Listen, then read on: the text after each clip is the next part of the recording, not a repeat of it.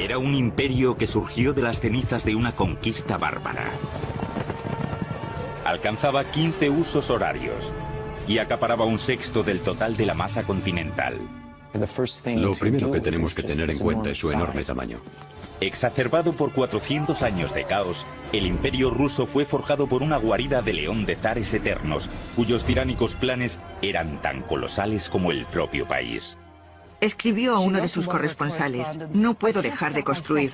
Es que construir es como una enfermedad, es casi como el alcoholismo.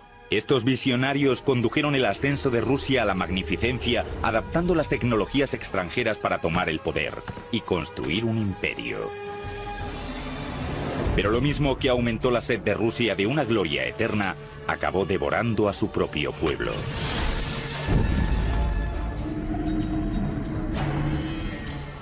...1480, Moscú.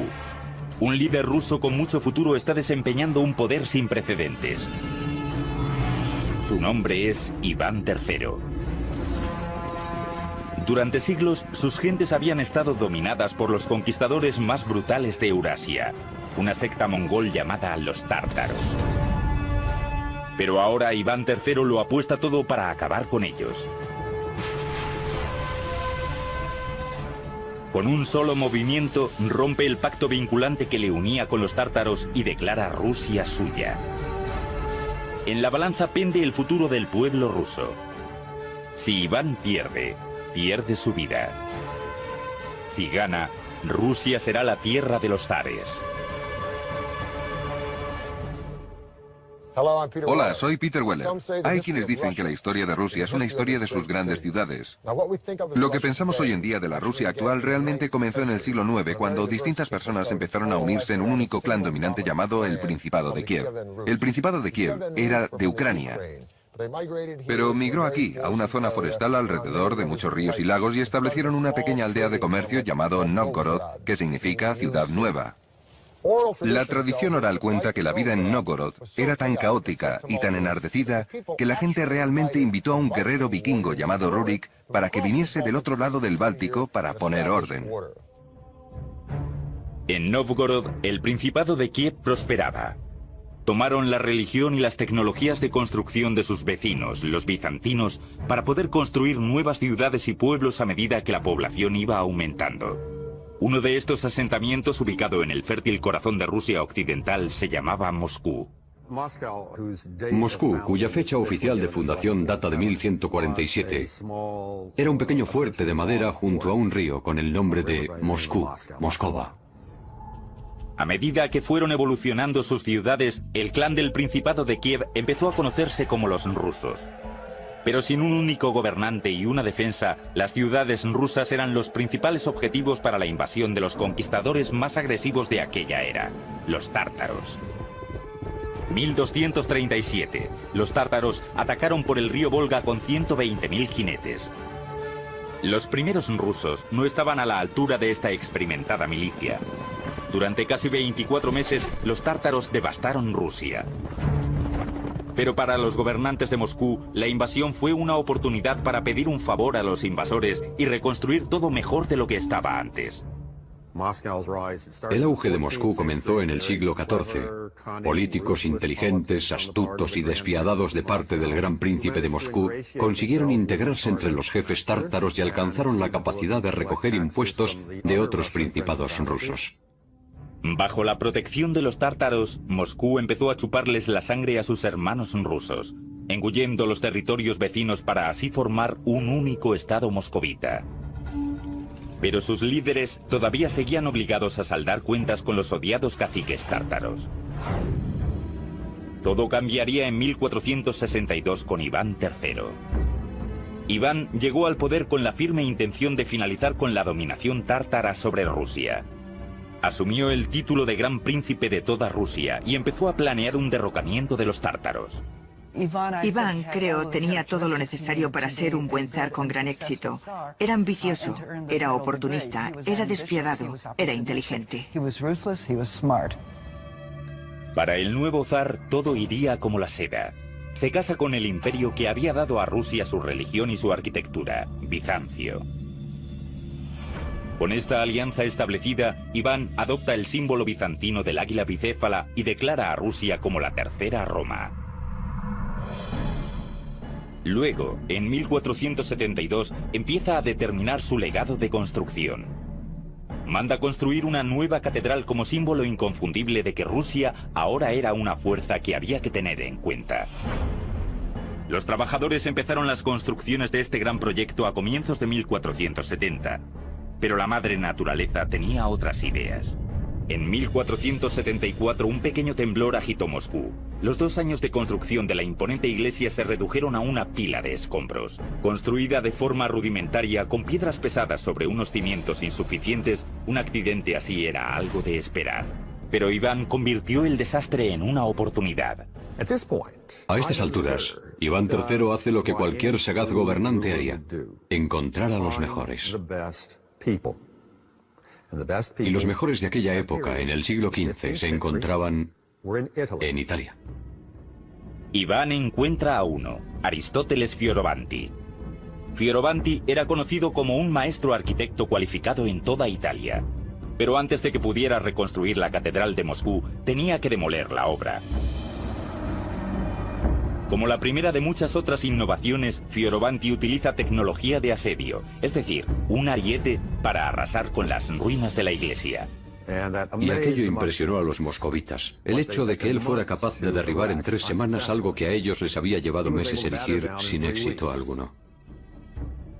Fioravanti comenzó entonces con la construcción de la catedral. Hoy se la conoce como la Catedral de la Asunción. Comenzó utilizando las antiguas iglesias rusas de piedra caliza como modelo, pero infundió el estilo de la tecnología de construcción occidental. El resultado revolucionó la arquitectura rusa. Se empieza con los cimientos. En lugar de las zanjas llenas de escombros, que era típico de las construcciones rusas medievales, él limpió la zanja y puso grandes pilotes de roble. Esto suponía una sujeción mucho mejor para el edificio, que no se quebraría ni deformaría, lo cual obligaría a derribarlo si esto sucediera. A partir de ahí, las innovaciones de Fioravanti se extendieron. En lugar de utilizar piezas amontonadas de piedra caliza apenas unidas con argamasa, dispone los bloques de piedra caliza entrelazados, lo que los hace más estables. Ya con los muros acabados, procede a la delicada y peligrosa tarea de la construcción de los grandes techos abovedados. Cuando comienzas la bóveda, el tejado, hay una cantidad enorme de peso que recae sobre esos muros. Así que el tercer elemento que él introdujo fueron los vástagos de unión de hierro. Eran simplemente vástagos de hierro que se insertaban en la construcción y se extendían hasta el nivel de la bóveda, lo que sirve como una forma adicional de soporte. Mantiene unida toda la estructura. Por último, en vez de construir una iglesia de cúpulas y tambores redondos de piedra pesada, introdujo el uso de ladrillos más ligeros y resistentes, enseñando a los nuevos constructores rusos cómo cocer y colocar este nuevo material. Así que desde los pilotes de unión de los muros, a los vástagos de unión, a la estructura superior, Fioravanti utilizó toda una gama de nuevas técnicas, aprendidas en Italia, pero puestas ahora en un contexto de símbolos rusos. La catedral terminada medía 45 metros de altura. Era un edificio deslumbrante e imponente. Con su símbolo de poder en su lugar, Iván ya estaba preparado para retar a los tártaros. Su respuesta es rápida. Reúnen un gran ejército y atacan Moscú. Iván saca a sus propias fuerzas y ambas partes se enfrentan en el río Ugra, a 480 kilómetros al oeste de Moscú. Tras meses de enfrentamiento, finalmente los rusos invaden a los tártaros. Con gran éxito, Iván había derrotado a los opresores que habían subyugado a los rusos durante casi 3 siglos. Y con su legado basado en potentes edificios de ladrillo y piedra, Iván III se convierte en Iván el Grande. En el momento de su muerte en 1505, Iván había creado una Rusia independiente, pero todavía no había creado un imperio. Esta distinción le correspondería a otro Iván, cuya autoridad absoluta y su crueldad inhumana le harían ganarse el título de Iván el Terrible. Al final del reinado de Iván el Grande en 1505, Este había conseguido liberar a los rusos de la sumisión ciega a los tártaros y había triplicado el territorio de Moscú. En otras palabras, pasó de tener 24.000 kilómetros cuadrados a tener 72.000 kilómetros cuadrados, lo cual fue todo un logro por sí mismo y le hizo merecer el título de El Grande. Pero los tártaros seguían siendo un problema. Aunque se habían retirado de Moscú, su capital, Kazán, estaba en el camino de la expansión de Rusia hacia el este. Se escogió al nieto de Iván III para liberar a Rusia de los tártaros y convertirla en un imperio, el cual sería conocido como Iván el Terrible.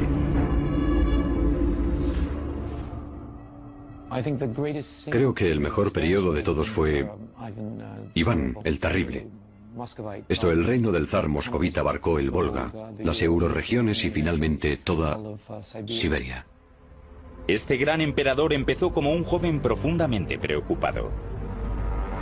El padre de Iván murió cuando él era pequeño, dejándole testigo de una lucha brutal por el poder, con torturas, ejecuciones y asesinatos. Estas atrocidades marcaron a Iván para el resto de su vida.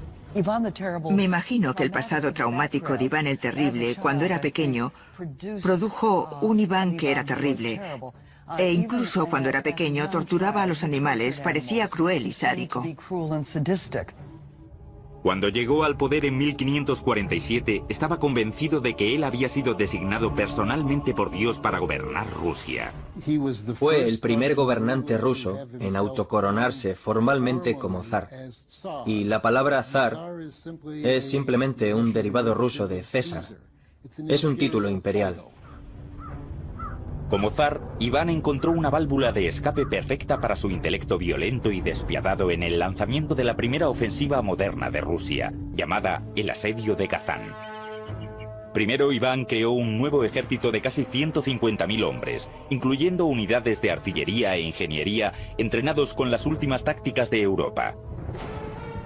Sus ingenieros adaptaron estas enseñanzas extranjeras a la guerra rusa. El primer paso de la ingeniería rusa fue el diseño de una estructura portátil para defender a las tropas rusas en las planicies descubiertas europeas. La llamaron el Gulai Gorod. Era realmente una fortaleza móvil. El Gulai Gorod consistía en unas placas de madera. Estos revestimientos estaban unidos en distintos patrones para defender a los tiradores de infantería llamados streltsy, que en ruso significa pistola. La infantería rusa permanecía detrás o dentro de estas fortalezas móviles y utilizaban pistolas. Utilizaban cañones contra la caballería y otra forma de usarlo contra el lugar asediado, la ciudad como Kazán. 23 de agosto de 1552. Con su ejército ya reunido y equipado, Iván comienza a luchar abriéndose camino hacia Kazán. Lo hicieron de forma muy ingeniosa. Los rusos avanzaban y rápidamente levantaban las fortalezas prefabricadas de troncos e iban acercándose centímetro a centímetro a Kazán. En otras palabras, estrechando el círculo en torno a la ciudad. Una vez ubicados en las afueras de la ciudad, las tropas de Iván desataron un incesante asalto montados en Gulai Gorods de 9 metros de altura para disparar una descarga de artillería sobre los muros de la fortaleza.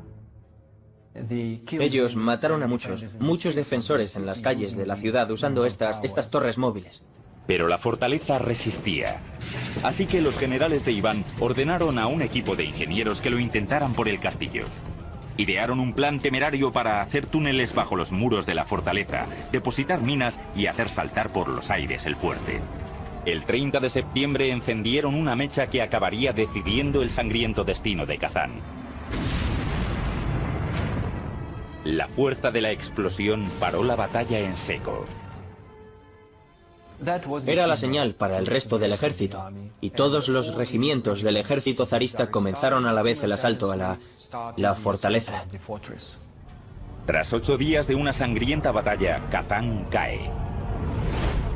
Iván fue el conquistador y Rusia se convirtió en un imperio. Fue una hazaña monumental, porque tomar Kazán significaba que Rusia estaba haciéndose con las antiguas tierras tártaras, con las que había estado endeudada.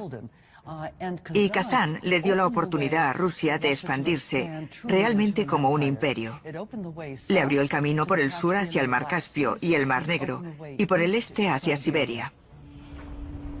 En 1555, para conmemorar su victoria, Iván encarga un edificio que se convertiría en el símbolo más emblemático del Imperio ruso. Hoy en día se conoce como la Catedral de San Basilio.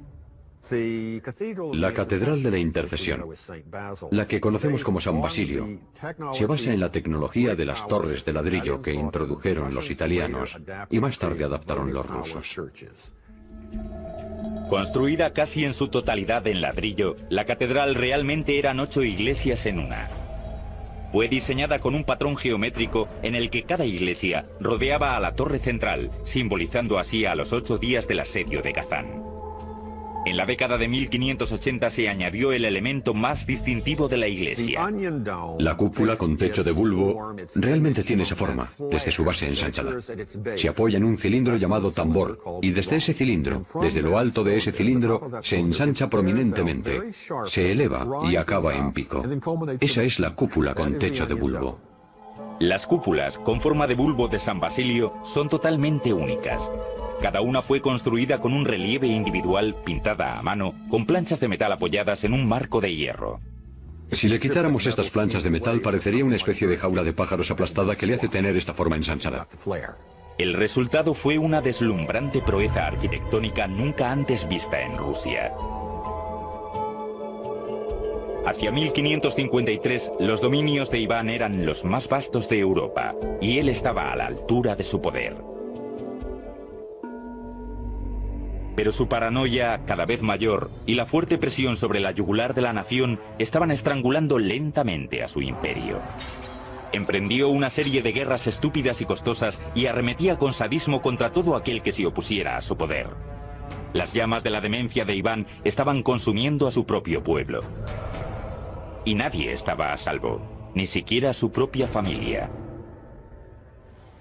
Otra razón por la que Iván IV era conocido como el Terrible se debe probablemente al final de su reinado, cuando asesinó a su hijo, que estaba tratando de proteger a su mujer embarazada de la rabia de Iván. Iván había pegado con tanta fuerza a la mujer que ésta perdió al niño. Cuando su hijo se enfrentó a él, Iván también la emprendió contra él. Ciego de ira, lo mató al instante. Con un rápido movimiento, Iván había destruido su propia línea de sucesión. En el momento de su muerte en 1584, el imperio estaba patas arriba. Poco después de Iván vino la década que se llamó durante mucho tiempo tiempos de dificultad, una guerra civil combinada con una guerra de intervención extranjera, a lo largo de la cual Moscovia, Rusia, estuvo muy cerca de perder su independencia. Tan solo un siglo después de obtener su independencia, Rusia estaba al borde del desastre. Pero pronto un gigante ruso aparecería en la escena mundial, asombrando a todos con la construcción de una espléndida ciudad en medio de la nada.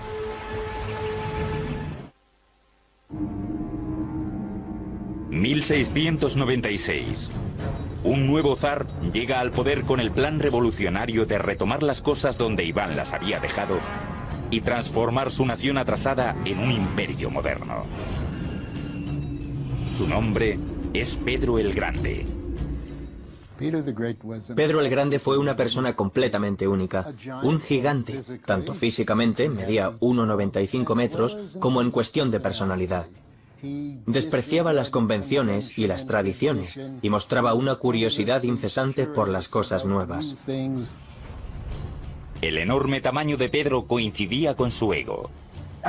Un torbellino constante de actividad giraba en torno a él.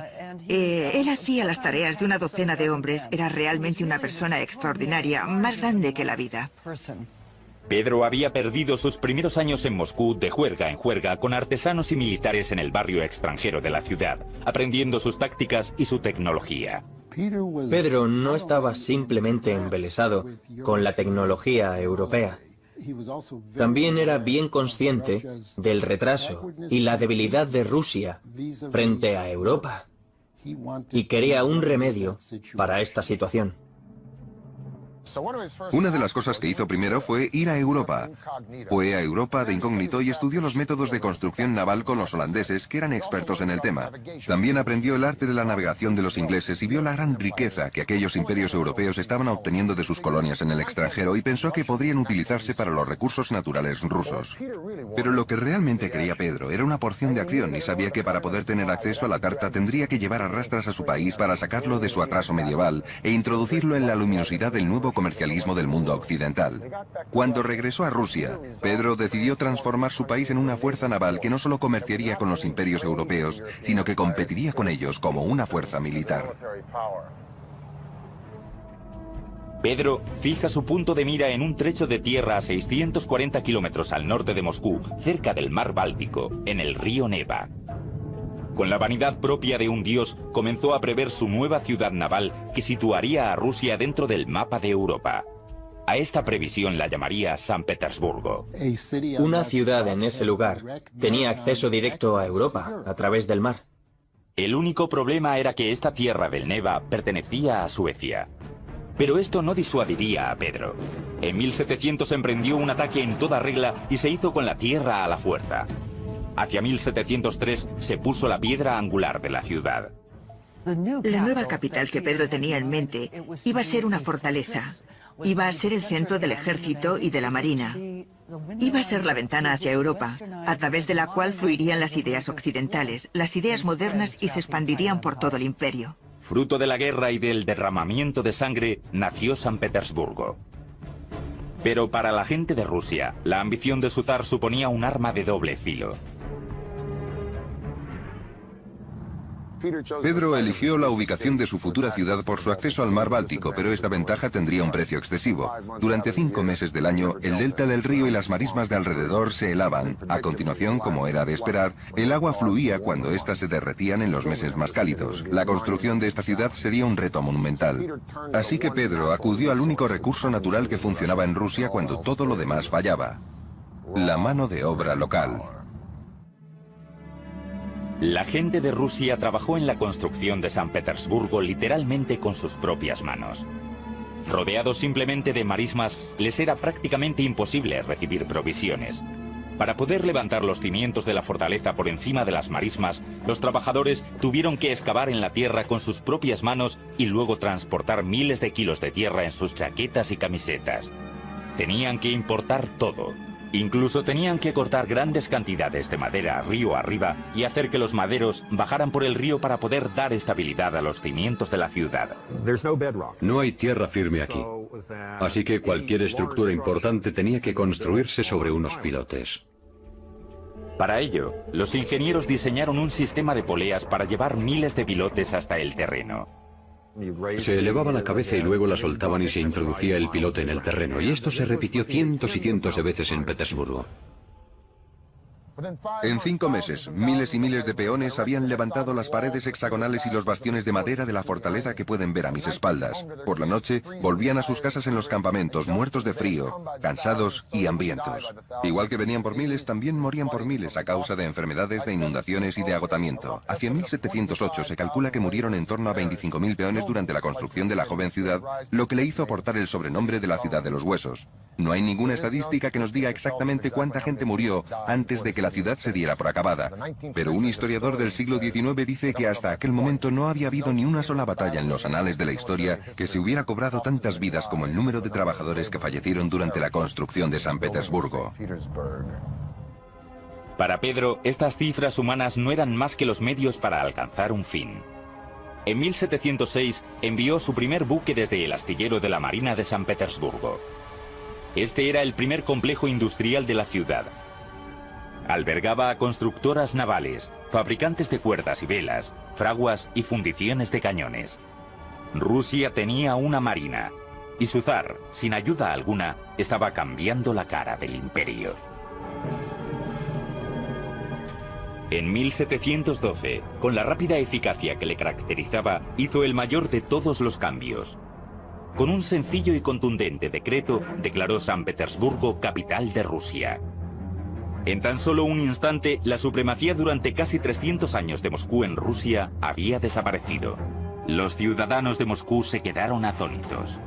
Muchos rusos reaccionaron ante Pedro como si se tratara de un extraterrestre procedente del espacio. No le entendían. Impuso sus extrañas ideas en su país, usando la fuerza propia de un monarca autocrático y absoluto, que había heredado de sus predecesores, pero que sabía muy bien cómo utilizarla para obtener lo que quería. Su idea de hacer una revolución en Rusia le motivó a lo largo de toda su vida. No había forma alguna de que nada ni nadie pudiera escapar de los efectos de este proceso revolucionario. Pedro no había escatimado en gastos para crear una ciudad partiendo desde cero. Pero hacia 1714 San Petersburgo todavía estaba lejos de ser el centro europeo de poder que él había previsto, y los malos años de Pedro estaban a punto de llegar. Sin su obstinada voluntad, todo el fantástico esfuerzo amenazaba con desmoronarse, dejando a Rusia una vez más al borde del caos.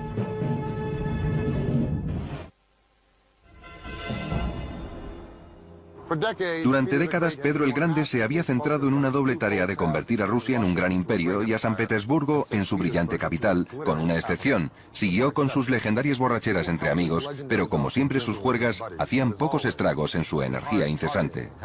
Había derrotado a los suecos en la Gran Guerra del Norte, había expandido los límites de Rusia desde el Báltico hasta el Pacífico, había construido una nueva capital europea, había creado un ejército de la Marina, había construido escuelas de ingeniería y ciencia y había multiplicado por 7 el comercio ruso. Tanto militar como políticamente Rusia se había convertido en un imperio, pero todavía le faltaba un elemento esencial en todo imperio que se precie: prestigio. En 1714, Pedro empezó a realizar los bocetos para un gran palacio encima de un acantilado de 15 metros de altura, mirando hacia el mar, a 40 kilómetros a las afueras de San Petersburgo. Lo llamaría Peterhof. El palacio estaría rodeado de 240 hectáreas de jardines y coronado por una red dorada de fuentes que recorrerían toda la pared del acantilado. Los trabajos del proyecto monumental comenzaron en 1716. Muchos soldados del ejército fueron enviados a la finca para cavar las zanjas que llevarían el agua a través de un sistema de cañerías hasta las fuentes. En 1719, los primeros ingenieros hidráulicos del país comenzaron a trabajar en el complicado sistema. El palacio fue construido en las alturas y las alturas es lo que alimenta el agua. Es esa caída, la gravedad y esa caída era la que hacía que funcionaran realmente las fuentes. Utilizando la pendiente natural del terreno y el agua de los manantiales cercanos, los trabajadores construyeron un sistema de casi 24 metros gracias a la gravedad. El agua se almacenaba en depósitos que estaban en lo alto. En un abrir y cerrar de ojos se soltaba esta agua y caía a través de las cañerías de madera en cascadas de 15 metros hasta el eje de las fuentes.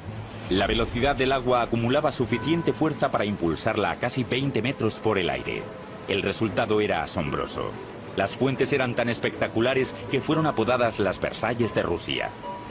Pero Pedro no tuvo demasiado tiempo para disfrutar de su gran joya. En 1725, tras meterse en el agua helada para salvar a un marinero a punto de ahogarse, el gran Pedro cayó enfermo y murió.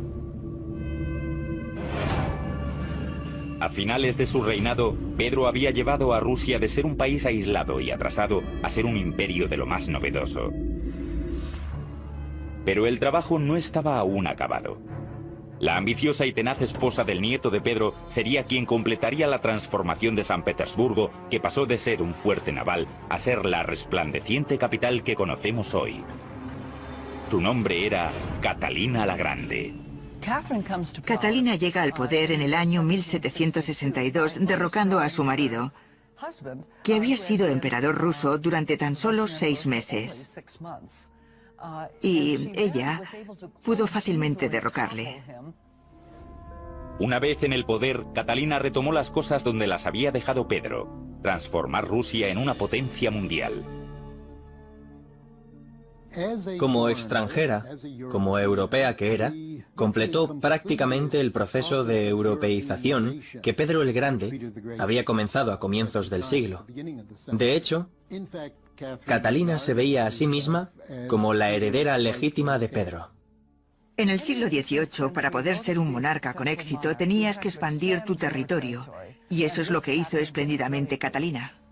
Catalina anexionó unos 320.000 kilómetros cuadrados de territorio. lo que añadió una enorme riqueza a las arcas de Rusia y expandió el imperio hasta límites nunca antes alcanzados. En segundo lugar, tenías que introducir un amplio plan de reforma, y eso es lo que ella hizo. En su propio terreno, Catalina utilizó su nueva riqueza para modernizar su ciudad. Fue uno de los primeros gobernantes rusos en tratar las miserables condiciones en las que vivían los pobres de Rusia, con planes para hospitales, sanidad, servicios y colegios.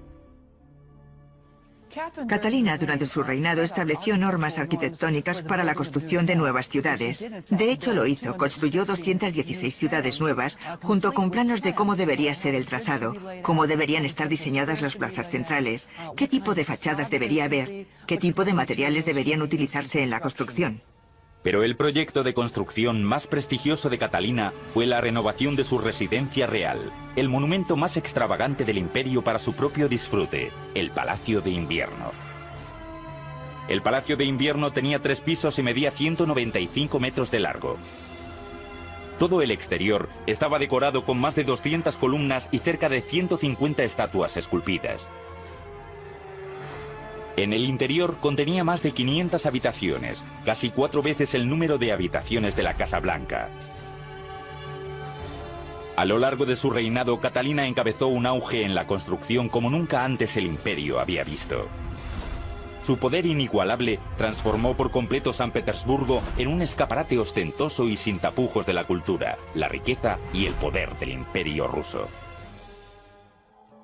Escribió a uno de sus corresponsales: "No puedo parar de construir. Es que construir es como una enfermedad, es casi como el alcoholismo". La desmedida construcción no era el único vicio de la zarina. Tras las puertas del Palacio de Invierno, Catalina era conocida por otro tipo de actividad: cuidar muy bien de sus numerosos y a menudo mucho más jóvenes amantes. Era una mujer trabajadora. Por las noches quería compañía masculina. Y hubo una serie de amantes uno tras otro. Los trataba muy bien y con gran generosidad. Les daba tierras, les daba siervos. Pero la espléndida corte de Catalina y su poder absoluto para ofrecer a los seres humanos como regalos simbolizaba el abismo que existía entre la élite dirigente y los rusos de la clase media trabajadora.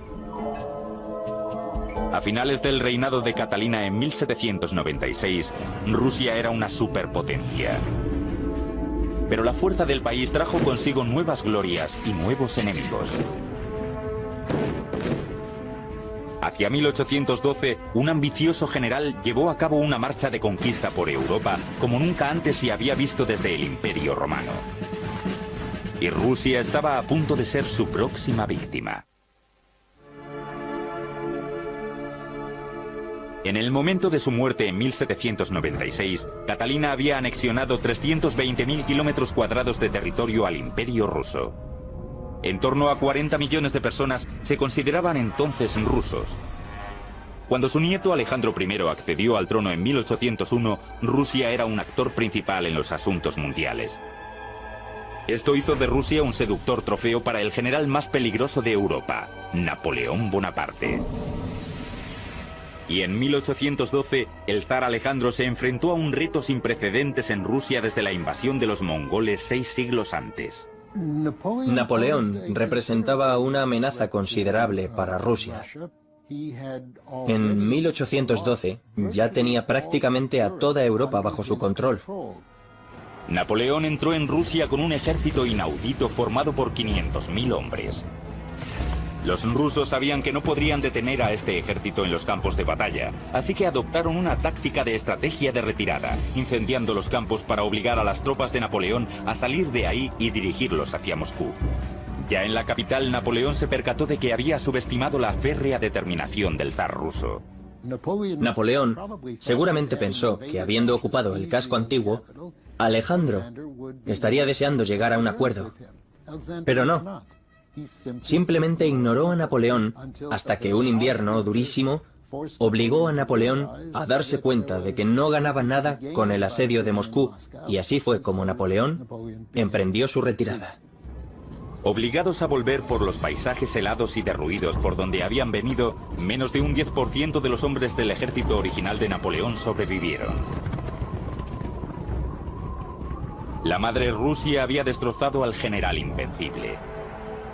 En 1883, el sucesor de Alejandro encargó que se colocara un gran monumento en el centro de la plaza del Palacio de San Petersburgo. Sería un imponente símbolo del desafío ruso.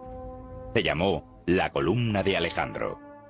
La columna de Alejandro reposa sobre un eje de granito de acabado rojo. Es un monolito que es una sola pieza. Una vez más, un zar ruso obligó a su pueblo a mover literalmente montañas para construir un monumento en el nombre del imperio. Un ejército de rusos esculpieron metódicamente el eje de la columna de la ladera de una montaña en una sola pieza y lo trasladaron hacia San Petersburgo. Este proceso duró 3 años y se necesitaron miles de trabajadores. Ya en San Petersburgo, los ingenieros se enfrentaron a la ardua tarea de elevar un monolito de granito de 700 toneladas y 25 metros de altura. Ataron una especie de soga gigante a la columna. Y luego rodearon los cabrestantes, que eran tripulados por montones de gente. Y en el momento que se daba la señal, todos ellos se movían y a través de un sistema de poleas, la columna se elevaba poco a poco hasta caer en el lugar que se había dispuesto para ser su base. Hoy en día la columna sigue allí, sobre su pedestal, a una altura total de unos 46 metros. Ha demostrado ser una construcción perfecta. La caída de Napoleón eliminó cualquier amenaza sobre la posición de Rusia como el imperio terrestre más grande del mundo.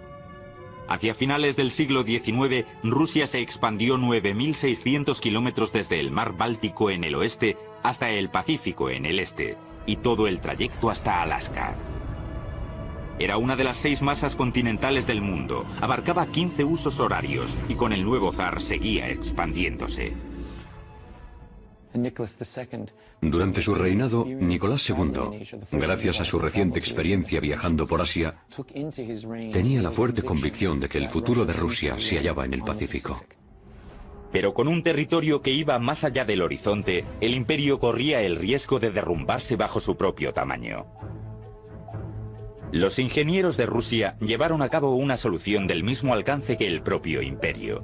Construyeron el ferrocarril transiberiano. Aquellos que promovieron la construcción de lo que sería el ferrocarril más largo de la época de 1890 tenían en mente objetivos tanto económicos como políticos. Quedaba abierto el Extremo Oriente para las exportaciones rusas. Al mismo tiempo, se establecía el poder ruso en el Extremo Oriente.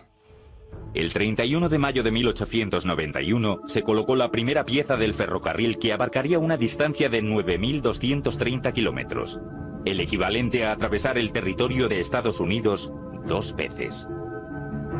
Fue un proyecto de ingeniería a una escala sin precedentes. La pregunta de cómo se construyó el ferrocarril es sinceramente algo sobrecogedor. El ferrocarril fue diseñado de forma que se construyera por secciones y requería miles de trabajadores, ingenieros, soldados e incluso presidiarios para realizar el trabajo. En un tramo típico del ferrocarril que atajaba por las amplias áreas del sur del bosque siberiano, una oleada inicial de trabajadores limpiaba el terreno, talando los árboles para abrirle paso al ferrocarril. Luego muchos otros construirían los baluartes en la tierra para alzar los raíles. Luego, cuando las maderas estaban despejadas y los baluartes en su lugar, se traían los raíles y se colocaban. El transporte de las provisiones hasta estos lugares remotos suponía un gran reto, porque, después de todo, el ferrocarril todavía no existía. Las vías tenían que colocarse poco a poco, así que los trabajadores podían utilizar el ferrocarril en construcción para transportar el acero desde el oeste y continuar construyendo sección a sección. Y este proceso se repetía semana tras semana, mes tras mes, durante todos los años del último periodo imperial. El esfuerzo incesante fue la peor parte del trabajo. Era un trabajo durísimo, Es decir, hay que imaginarse un páramo aislado que fue transformado en campamentos improvisados de trabajadores que acampaban allí con sus tiendas, o en algunos casos en refugios, trabajando durante meses en los tramos de la vía con relativamente pocas provisiones. En invierno, sometidos a las temperaturas extremadamente bajas. En verano, al calor espantoso del clima continental de Rusia. Hacia 1904 se había completado lo esencial del ferrocarril. Rusia tenía un medio de contacto con el este y era libre para emprender su nuevo objetivo de conquista, Asia. Por supuesto, el problema fue que esto hizo entrar a Rusia en conflicto directo con Japón, que tenía objetivos económicos y políticos similares. Este conflicto de objetivos dio lugar a la guerra entre Rusia y Japón. En 1905, Rusia entró en guerra y sufrió una derrota humillante en manos de los japoneses. De vuelta a casa, la pérdida avivaba las llamas del creciente resentimiento hacia el zar. Luego, en 1914, el zar llevó a su país a otra guerra, una que acabaría con la población, la Primera Guerra Mundial. Tras varios siglos construyendo el mayor imperio del mundo a base de sangre, el zar ruso ahora estaba llevando a su pueblo hasta el límite. El 15 de marzo de 1917, el pueblo se rebeló. El zar Nicolás II fue destituido del poder. El reinado de casi 500 años de los zares rusos se había destruido.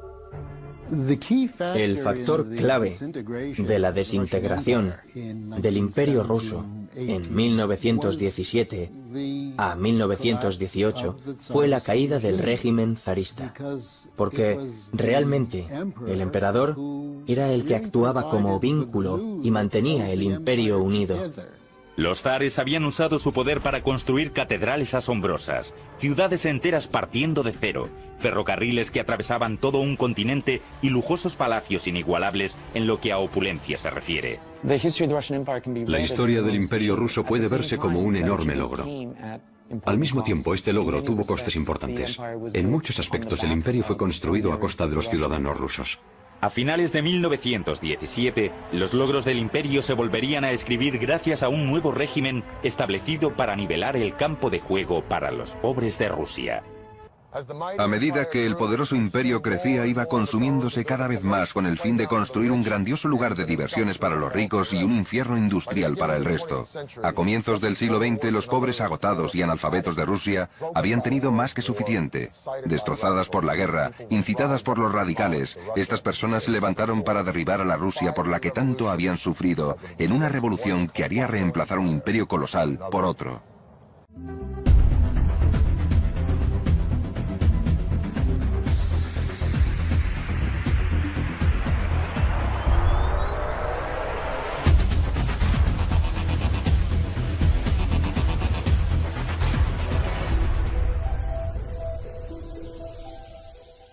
Que tener en cuenta. Los trabajadores empezaron las construcciones de este gran proyecto a comienzos de 1470, pero la madre naturaleza tenía otras ideas. En 1474 un pequeño temblor agitó Moscú.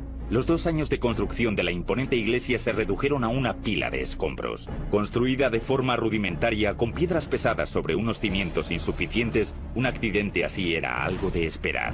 Pero Iván convirtió el desastre en una oportunidad. A estas alturas, Iván III hace lo que cualquier sagaz gobernante haría: encontrar a los mejores. Y los mejores de aquella época, en el siglo XV, se encontraban en Italia. Iván encuentra a uno, Aristóteles Fioravanti. Fioravanti era conocido como un maestro arquitecto cualificado en toda Italia. Pero antes de que pudiera reconstruir la Catedral de Moscú, tenía que demoler la obra. Como la primera de muchas otras innovaciones, Fioravanti utiliza tecnología de asedio, es decir, un ariete para arrasar con las ruinas de la iglesia.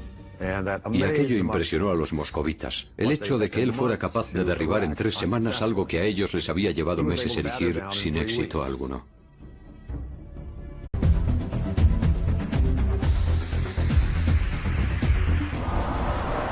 Era un imperio que surgió de las cenizas de una conquista bárbara.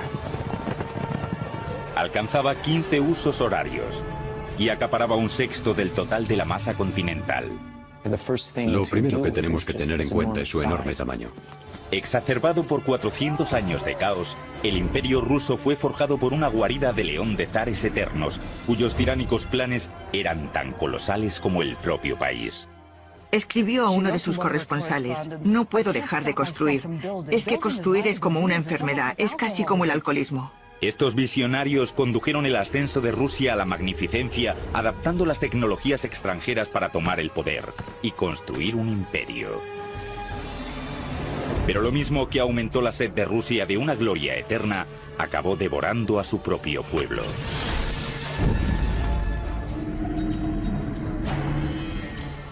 ...1480, Moscú. Un líder ruso con mucho futuro está desempeñando un poder sin precedentes. Su nombre es Iván III. Durante siglos, sus gentes habían estado dominadas por los conquistadores más brutales de Eurasia. Y otros principados rusos. Bajo la protección de los tártaros, Moscú empezó a chuparles la sangre a sus hermanos rusos, engullendo los territorios vecinos para así formar un único estado moscovita. Pero sus líderes todavía seguían obligados a saldar cuentas con los odiados caciques tártaros. Todo cambiaría en 1462 con Iván III. Iván llegó al poder con la firme intención de finalizar con la dominación tártara sobre Rusia. Asumió el título de Gran Príncipe de toda Rusia y empezó a planear un derrocamiento de los tártaros. Iván, creo, tenía todo lo necesario para ser un buen zar con gran éxito. Era ambicioso, era oportunista, era despiadado, era inteligente. Para el nuevo zar todo iría como la seda.